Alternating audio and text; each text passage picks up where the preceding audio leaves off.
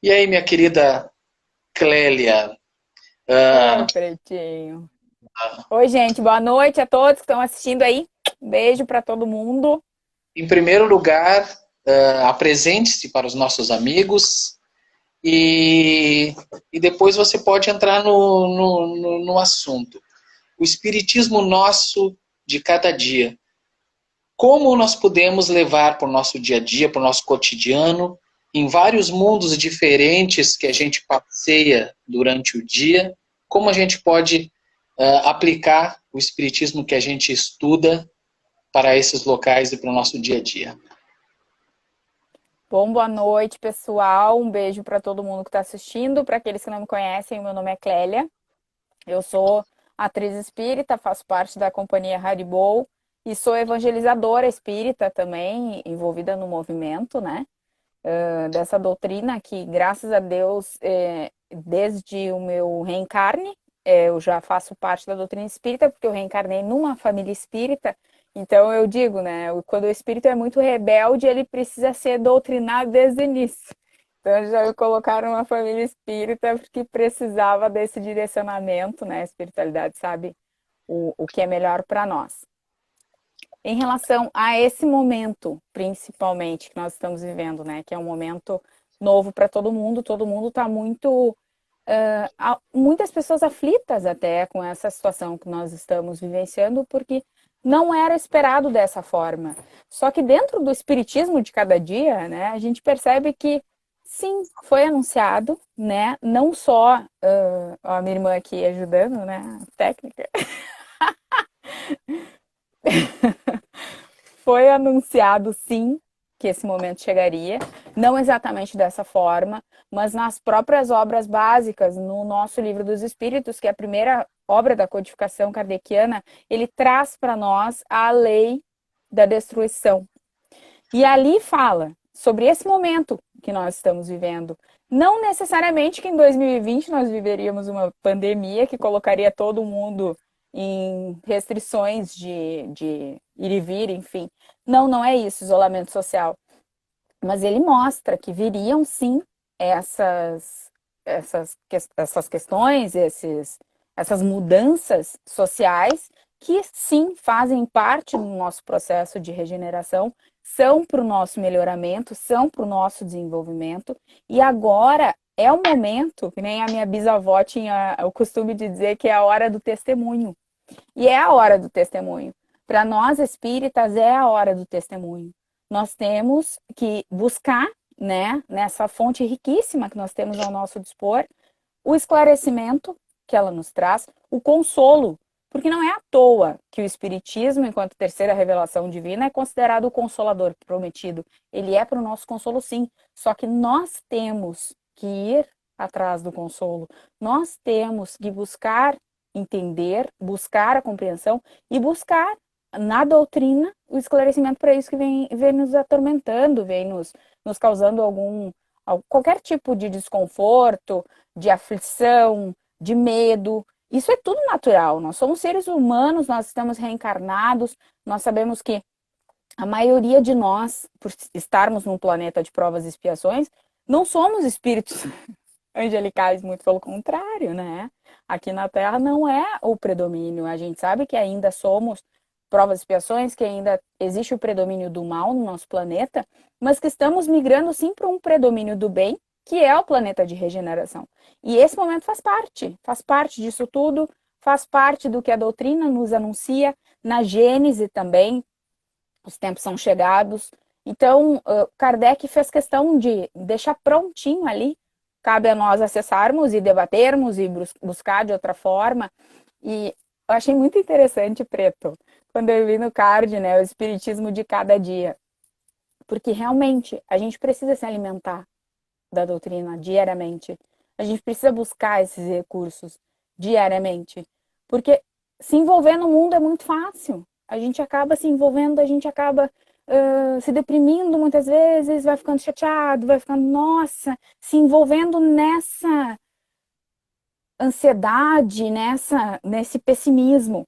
E buscando o nosso espiritismo de cada dia, a gente consegue sair disso com mais facilidade. Não que a gente vai virar santo, Quem me conhece, os meus amigos que estão entrando na live, sabem que de santa eu não tenho nada. Mas a gente vai conseguindo, pelo menos, ir melhorando a cada dia e tendo mais força e tendo mais perseverança, tendo um pouco mais de calma. Eu acho que é isso. É o seguinte, você teve um privilégio, digamos assim, a gente não sabe se é um privilégio ou se a conta chegou mais cedo para ti do que para os outros, A né? conta chegou. É bem isso, a conta chegou cedo. Eu nem tive a oportunidade de sair da linha. Teve que. E assim, mesmo assim cedo tu tendo o acesso à doutrina espírita, o que mudou na tua vida, a tua visão da vida, de acordo com o que tu aprendeu na doutrina, em relação a como tu via alguma coisa no mundo normal, digamos assim, antes? Na verdade, eu acho que o principal ensinamento que a doutrina trouxe para minha vida, primeiro, é a aproximação com Jesus, né? Porque tu sabendo que tu tem um amigo que tá sempre contigo, independente do que tu falar para ele, independente do que tu fizer, independente da coisa mais esdrúxula que tu pedir para ele, porque às vezes a gente faz uns pedidos para Jesus que depois que eu pedi eu penso, nossa, Jesus, olha aí que eu fui te pedir, mas ele me conhece. Então, isso acho que é a riqueza maior da doutrina, assim, saber que existe um mestre, um amigo, que, independente de todos os meus defeitos, ele vai me perdoar e ele me conhece e ele vai estar sempre comigo me amando da mesma forma. Acho que isso é o mais bonito. E o fato da imortalidade, eu saber que eu sou um ser eterno, me leva a pensar muito mais nas minhas atitudes no dia a dia, sabe? No que eu vou semear, no que eu pretendo, porque uma hora essa colheita vem.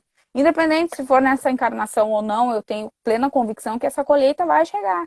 E é isso também, porque no momento que tu sabe que tu é um ser imortal, tudo que tu planta, existe uma lei de ação e reação, e tudo que eu plantar eu vou colher em algum momento, tu já repensa as tuas atitudes e tu vai tentando com mais veemência melhorar e aparar as arestas e vivendo de uma forma mais legal, enfim. Sabe que eu tenho um pensamento que me foi provocado um dia que me perguntaram. Quer dizer, perguntaram, não, afirmaram que essa coisa de mediunidade, essa coisa de espiritismo era tudo um devaneio, era tudo uma viagem na maionese, e como é que eu acreditava nisso, e o pior, como é que eu fazia disso uma base minha profissional. E claro que não fui eu, claro, talvez tenha sido eu, já pela experiência que eu tenho de estudar, mas certamente eu fui orientado e eu disse assim, olha, se fosse descoberto agora, saísse no Jornal Nacional, naquele plantão, sabe, tan, tan, tan, tan, tan, tan, tan, dizendo assim, ó, Kardec foi uma farsa e essas visões, essas audições de seres que já desencarnaram fazem tudo parte de um surto coletivo que foi descoberto por cientistas que todos os seres humanos, desde antes de Jesus, vieram com uma falha no cérebro, vieram com um defeito de fábrica que os fazem ver e enxergar e ouvir e acreditar nessa questão da existência do espírito após a extinção do corpo físico. Aí eu disse, mesmo se fosse me dito isso, eu ainda seria espírita. Por quê? Porque o espiritismo nos traz estudo, nos traz fraternidade, nos traz caridade, nos traz a informação de que temos que ter respeito por todos, pelas suas religiões, pelas suas não religiões, que tudo aqui na Terra é transitório, os bens materiais. Então, só por isso, só entre aspas, né? Só por isso eu continuaria sendo espírita com toda a certeza absoluta do mundo. E o que mais, assim, que você poderia pontuar para nós de aspectos fundamentais da doutrina que você estuda e que você realmente aplica no seu dia a dia, em algumas situações? Ah, que difícil, né, Preto? Olha, que eu aplique, que eu tento aplicar, né? Eu tento, porque quando a gente lê lá o verdadeiro espírita, a gente vai pensando, nossa, como eu tenho que andar ainda para chegar. Mas pelo menos eu estou tentando, né? Eu acho que o pensamento é esse, a gente tentar. O que a doutrina mais.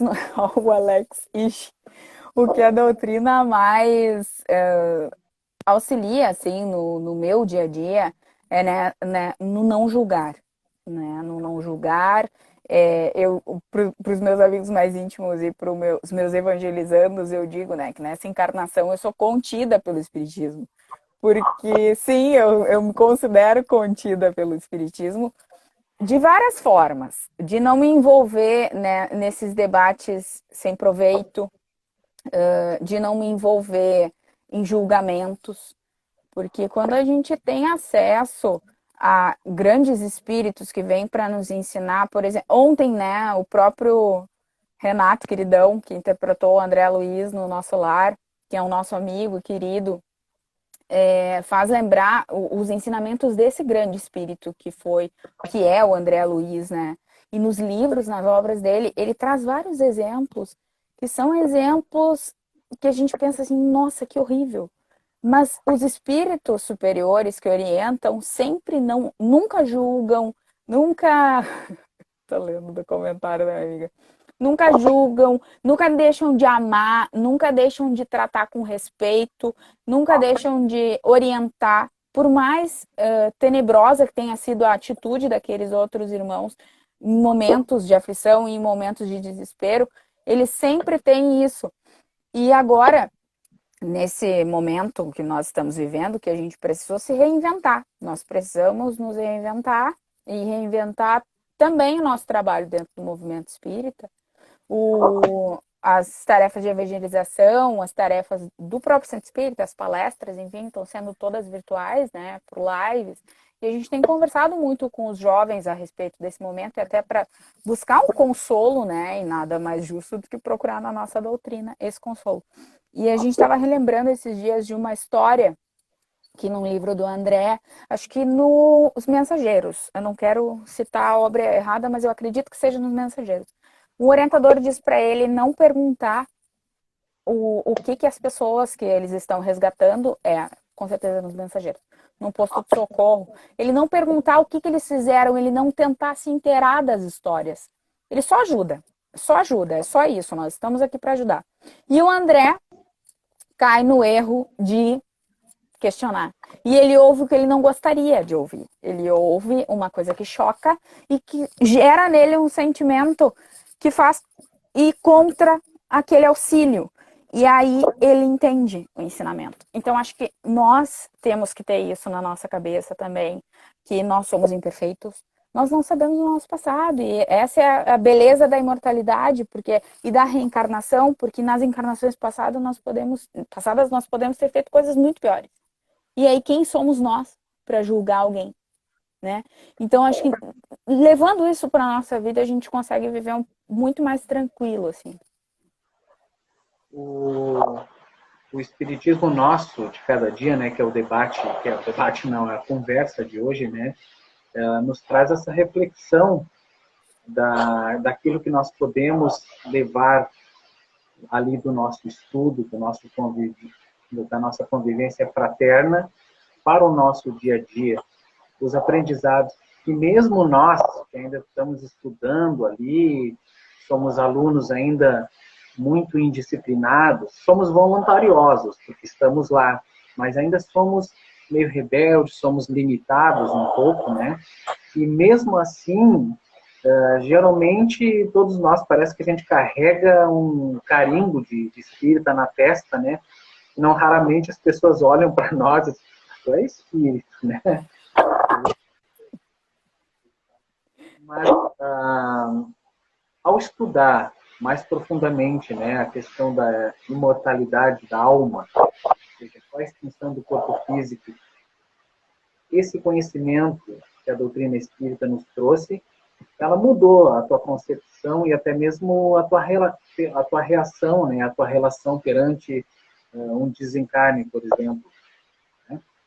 Sim, isso com certeza. É até legal tu entrar nesse assunto, Preto, porque eu, sendo espírita, né, e frequentava a evangelização, e na época que teve uma época que eu parei de frequentar o centro espírita que eu me dediquei aos estudos, porque eu já trabalhava e precisava de um tempo para me dedicar aos estudos e tal.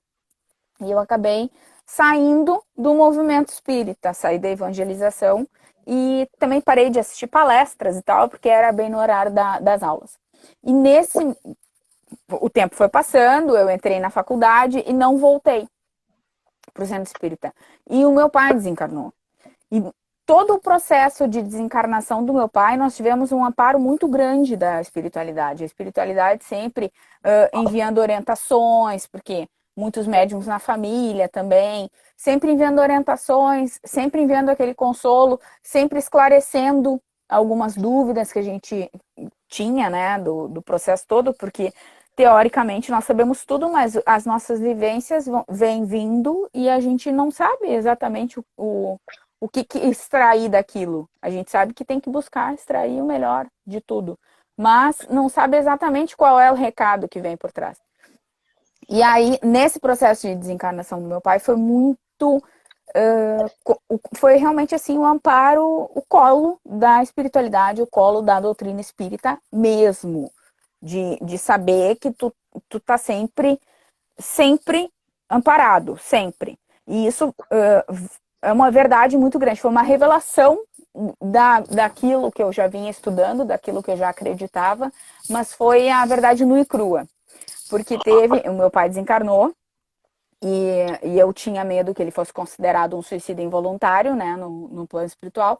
E eu fazia muita prece pedindo para que advogando, né, pelo meu pai, porque é como eu falei, como eu tenho essa relação de faixa com Jesus, eu advogava pelo meu pai e eu tinha altas conversas com Jesus, pedindo e ponderando e trazendo questões assim que eu acreditava que podiam ser relevadas nesse processo imaginário.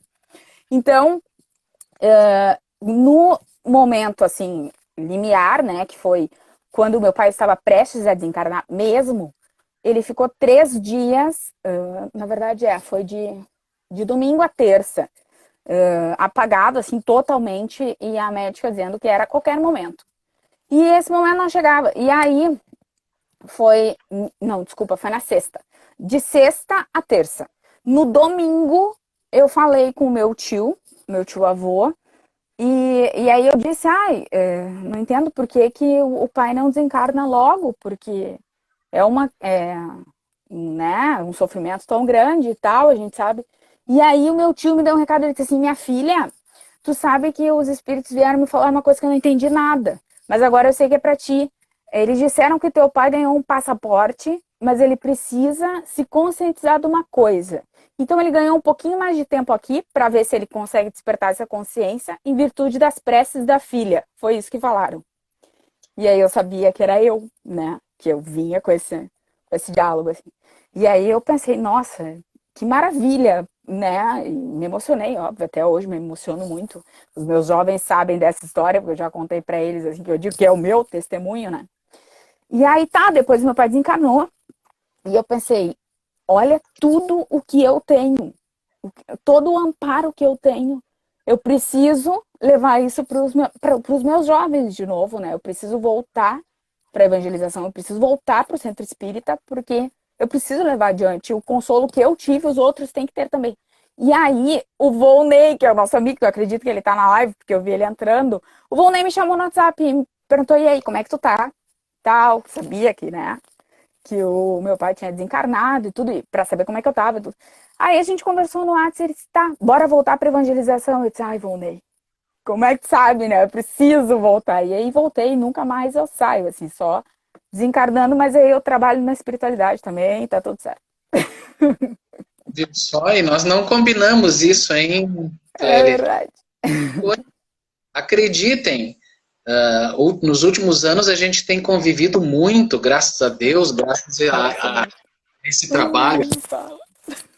Mas temos viajado muito, ficando muito tempo juntos, e mesmo assim eu não sabia dessa história. Eu fiquei sabendo agora, por intermédio dessa live. Isso só atesta, né, o objetivo do nome da pauta, né? O espiritismo nosso de cada dia, ou seja, a aplicabilidade do nosso estudo e das coisas que a gente vivencia lá, efetivamente no nosso dia a dia. É isso que torna o espiritismo vivo, moderno, atuante e acessível, né? É verdade.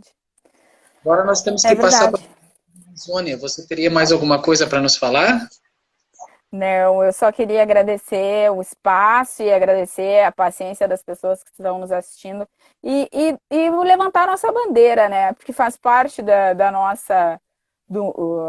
levar a doutrina adiante faz parte também do trabalho do verdadeiro espírita. Então, busquem a doutrina espírita, busquem os ensinamentos, por mais que a codificação tenha sido feita há mais de 150 anos, a doutrina é muito atual.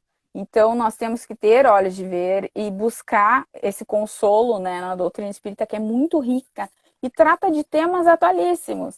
Agora, óbvio, não é um tema tão atual, mas é que está muito em voga a questão do veganismo, vegetarianismo, e a gente resolveu falar sobre isso numa aula de evangelização. E o Kardec trouxe.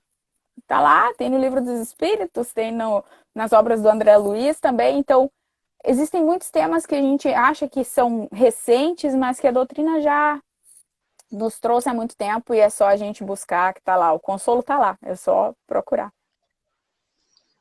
Ok? Curtiu? Okay. Vamos voltar. Saudades! Saudades, Preto! Saudades do nosso semeador! Olha ela lá. Ai, lindo! Primo! E aí, primo, beleza? Como é que tá? Seja bem-vindo. Olha, para garantir a live e não deixar cair, como aconteceu com a Clélia, ou não perder, eu estou segurando esse celular aqui. Quando terminar a live, eu vou estar que nem o Ayrton Senna, sabe? Quando ele ganhou aquele prêmio no Brasil, que a mãozinha ficava tremendo na hora que ele levantava o troféu. Verdade, verdade, verdade. Saudade da Clélia aí, primo. Saudade de trabalhar com ela. Olha, é fabulosa aí, né? Pessoal, ô Clélia. Muito bom estar com ela. Primo. E aí, primo? A espírita é maravilhosa, ela é consoladora, ela nos traz a fraternidade, nos traz a convivência, nos traz o debate, nos traz o estudo. E para aqueles que se entregam a ela, que são mais sensíveis, ela nos traz uma energia, uma vibração, ela muda toda a nossa psicosfera, digamos assim, né? E como é bom, sim, e o mais interessante é que nós podemos levar esses ensinamentos para o nosso dia a dia, né? A gente não precisa ser espírita só dentro da casa espírita, né? O legal é quando a gente leva o nosso aprendizado, até as nossas tundas que a gente leva lá dentro, a gente leva para o nosso dia a dia. Primo, por favor, discorra sobre o assunto.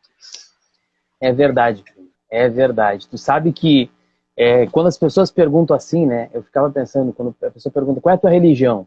Aí o cara fica naquele conflito, eu sou espírita, porque espiritismo não é religião, é doutrina. Mas tem uma relação muito interessante que nos ajuda a entender a parte religiosa do espiritismo. O espiritismo nós sabemos que tem 3 aspectos, né? Científico, filosófico e religioso. O aspecto, e isso é uma surpresa para as pessoas muitas vezes, o aspecto científico, ele trata das manifestações, né? Ele comprova as manifestações, comprova o intercâmbio entre o mundo espiritual e o mundo físico. O aspecto filosófico, ele se dedica a observar o resultado dessas manifestações, né? O resultado que elas influem no ser. E o mais interessante de tudo é o aspecto religioso da doutrina espírita, né? Os adeptos que se entregam mais ao aspecto religioso, e isso é uma surpresa para todo mundo. Está lá, Livro dos Espíritos. Aspecto religioso, ele se incumbe da aplicabilidade dessas práticas, aplicabilidade de tudo isso que nós aprendemos, né?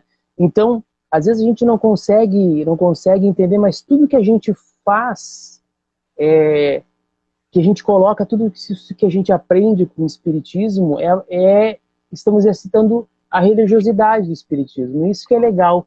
O Espiritismo, ele nos convida a exercitar a religiosidade que ele nos traz, essa conexão com Deus através da prática, né? E olha como é legal isso, porque na verdade, o que o Espiritismo diz? Tu só tem como te conectar com Deus se tu te conectar com o outro. Tu não pode te conectar com Deus sozinho, né? A gente tem aí a Clélia falou muito bem, né? Isso já vinha sendo dito desse período que nós vamos passar na Gênesis, no Livro dos Espíritos, as obras póstumas, já dizia, né? Ela falou ali da obra do André Luiz. O André Luiz tem, é lógico, a gente tem, né, primo, aqui o Evangelho, né? Manualzinho, né? Que os Espíritos ali, o Evangelho segundo o Espiritismo, que os Espíritos vieram nos falar. E o André Luiz tem também um livrinho pequenininho, né? Tão pequenininho, um pouquinho maior, que nos ajuda. Olha, eu estava lendo, eu tenho lido ele homeopaticamente, que ele dá um tapa na cara da pessoa, assim, que é esse aqui, ó. Conduta Espírita. Ah, esse aqui é cruel. Esse é pequeno, mas é cruel. Esse aqui, ele vai te dizendo e vai te desmembrando, olha, quando tu estiver no teu trabalho, tu faz assim, olha, quando tu estiver na rua, e vai te caindo a ficha de um jeito, sabe? Mas o mais legal disso tudo é que o Espiritismo, né, ele nos deixa bem claro, o verdadeiro espírita é aquele que se esforça para praticar o que aprende, aquele que se esforça para se melhorar, não é aquele que já está pronto, né? Esse é o perfeito. Esse já passou do espírita, está pronto, né? Então, é o camarada que se esforça. E muitas vezes, né, a gente não quer, se deprime, porque vai pensar, mas eu fiz errado aqui, eu fiz errado ali. Cara, todo mundo vai dar uma pisada no tomate. O primo me conhece, né, primo? Eu acho que do grupo todo primo, eu sou o cara que sou espírita há menos tempo, na verdade. Eu sou novinho no espiritismo comparado a vocês. Sou novinho, né? O primo me conhece, sabe que eu já deu tempo de eu dar boa melhorada, né? Então, tá rindo, mas né? Mas eu já contei para os meus jovens também, né? Já contei umas boas histórias para eles e provei, ó, dá para fazer porque eu melhorei. E não me incluiu legal, né? Falou assim, não. Eu dei outro nome. Não falei Luiz Carlos Preto, eu falei José Carlos Preto. Não, falei outro nome.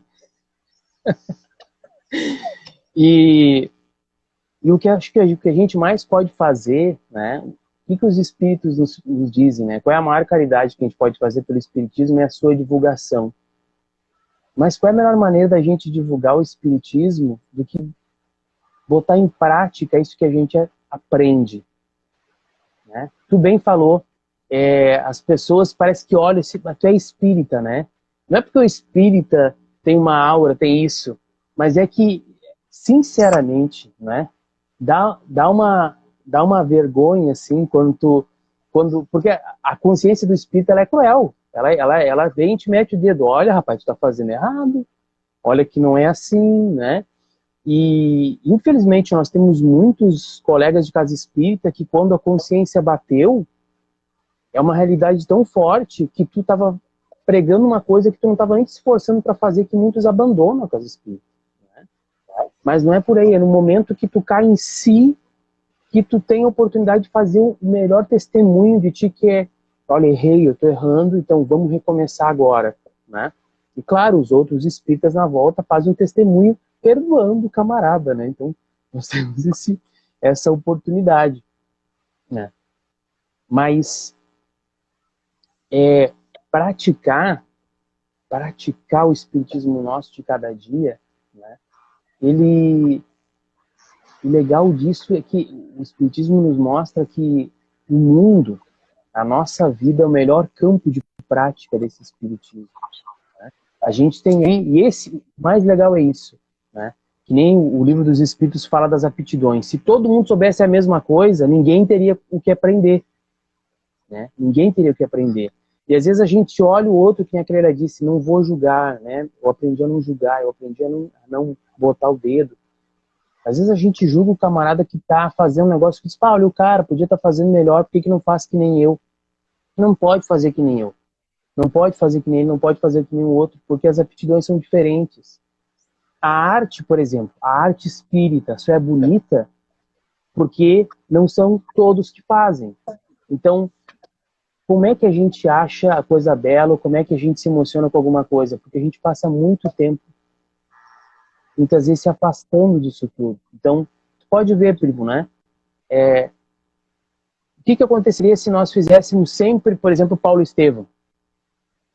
As pessoas iam ver, mas ele ia perder o efeito impactante e aquele efeito de limpar a alma da pessoa, né? A pessoa vai, a pessoa não tá legal, tem aquelas situações difíceis, vai lá e assiste a peça. Ai, respira. E o mais legal disso tudo é que os atores muitas vezes não percebem, mas mesmo perante as dificuldades das vidas de cada um, levar para o palco a vontade de vencer aquilo, né? Ó, a Melissa quer uma live, ó, a Leise quer olha só que obrigado, Leise. Levar para o palco a vontade de vencer todas as suas dificuldades para dizer não. As pessoas que vieram aqui merecem o melhor de mim, façam com que as suas dificuldades fiquem desse tamanho, assim, ó. E sai da gente uma coisa tão grande que atinge o outro, né, primo? Quer falar algo aí? Não, mandar um abraço pro Márcio, que está falando, né, da questão realmente da prática. Dá um alô para a Islene, lá do Espírito Santo. Bem fabulosa. O Márcio diz, né, quanto mais aprendemos, mais somos cobrados. O Joselito tá ligado ali, nos assistindo. Sabe que eu tenho... Fala, primo. Uma das muitas coisas que me fez ser espírita, né, é a questão que a gente não vive numa seita secreta onde ninguém pode entrar, a gente não casa só com quem é espírita, a gente não fica com conhecimento só para nós, vivendo numa bolha, e sim, nós saímos para o mundo, o nosso conhecimento sai para o mundo, e como a gente consegue, na medida do possível, entre os 20% do que a gente recebe, né, de fraternidade, de amizade, de paciência, né? Então esse é o espiritismo que me cativou, o espiritismo que a gente pode praticar no nosso dia a dia. Nós não estamos numa seita ou numa comunidade na qual, quando saímos dela, a gente não tem como aplicá-la, né? E é isso que é a maravilha. Eu apontei umas coisinhas aqui, rapidinho, primo, por exemplo, como... Apontou? Apontei. Já apontei. E umas coisas assim, práticas do dia a dia, que é praticar o que a gente aprende. Por exemplo, num funeral, a gente vai continuar sentindo, né? Vai. Mas nós já vamos tendo em nós o atenuante de saber que ali foi uma passagem, né? E que esse irmão que estava extremamente com dificuldades físicas, logo ele vai ser assessorado por uma equipe de enfermagem maravilhosa e aos poucos ele vai se recuperando, não vai haver dor, não vai haver sofrimento, somente, claro, a dor física do distanciamento. E aí quando nós temos esse ensinamento, esse estudo na casa espírita, quando a gente enfrenta essa situação, a gente já enfrenta ela um pouco melhor. A gente pode até consolar as pessoas melhores, né? Não que a gente vá falar ali com a pessoa sobre a vida após a morte, mas nós já sabemos um pouco mais como confortar um irmão necessitado. A caridade, né? Nós aprendemos na casa espírita a aplicar ela da melhor forma possível fora de casa, né? Não só a caridade material, como a espiritual, a de amizade. A questão da fé, né? A gente leva para nosso dia a dia, nas coisas que a gente está querendo, nas coisas que a gente está a fim de conquistar, a gente leva aquela fé raciocinada, Não aquela fé cega que eu vou para o meu dia e vou chegar e vou dizer assim, eu vou ganhar um emprego porque eu fui no espiritismo, né? Eu vou ter fé, eu vou ganhar meu emprego e ficar sentado ali. Não, você vai trazer aquilo ali, você vai ter a fé na sua capacidade, na sua vontade de ter as coisas, mas você vai buscar ao mesmo tempo. Picasso, né? Pablo Picasso diz sim, né? Que a inspiração vem, mas ela tem que te pegar trabalhando. É verdade, é verdade. É uma frase maravilhosa, né? Que vem ao encontro daquela que diz assim, né? O melhor lugar para a espiritualidade te encontrar é no teu posto de trabalho. Então, aconteça o que acontecer, não abandona a tua fé, não abandona a certeza de que tu está sendo assistido, né? Na época de Kardec, eles tiveram, se não me engano, um surto de cólera, eles tiveram uma pandemia, e muitos espíritas da época comentavam que eles eram imunes à cólera porque eram espíritas. Eram espíritas e eram imunes à cólera. E o Kardec publicou uma baita matéria na Revista Espírita dizendo que não, olha, não é bem assim, não vai tanto, né? Calma, né? E às vezes a gente se revolta porque acredita que porque é espírita não vai acontecer nada ou vai ter mais facilidade. Na verdade não, né? Porque se nós formos buscar entender que Deus não coloca, né, uma cruz, entre aspas, sobre as costas da pessoa que não pode carregar, se nós temos mais condições de entender, nós temos mais condições de assimilar. Então, qual é o maior testemunho para o espírita do que testemunhar a sua fé e testemunhar o que todo preparo que a doutrina espírita pode dar perante as dificuldades, né? Perante as grandes dificuldades. Tem uma história, uma passagem que o Divaldo contou da vida dele, que é muito bonita, né? Onde ele estava as pessoas que estão com ele, e justamente as pessoas gostam, né? Por exemplo, eu gosto de ti, as pessoas falam mal de ti, eu vou te defender, eu vou tentar, né? E aí ele estava ali, e aí estava ele e outras pessoas junto com ele, acho que estava terminando uma reunião, e aí chegou uma mulher, se não me engano, e ofendeu ele, disse um monte de coisa. E olha que interessante o nosso ponto de vista, como a doutrina espírita pode nos melhorar o ponto de vista. A mulher chegou e ofendeu, brigou com ele, e o amigo que estava do lado disse, mas pera um pouquinho, o Divaldo, não, para, eu já mereço essa oportunidade.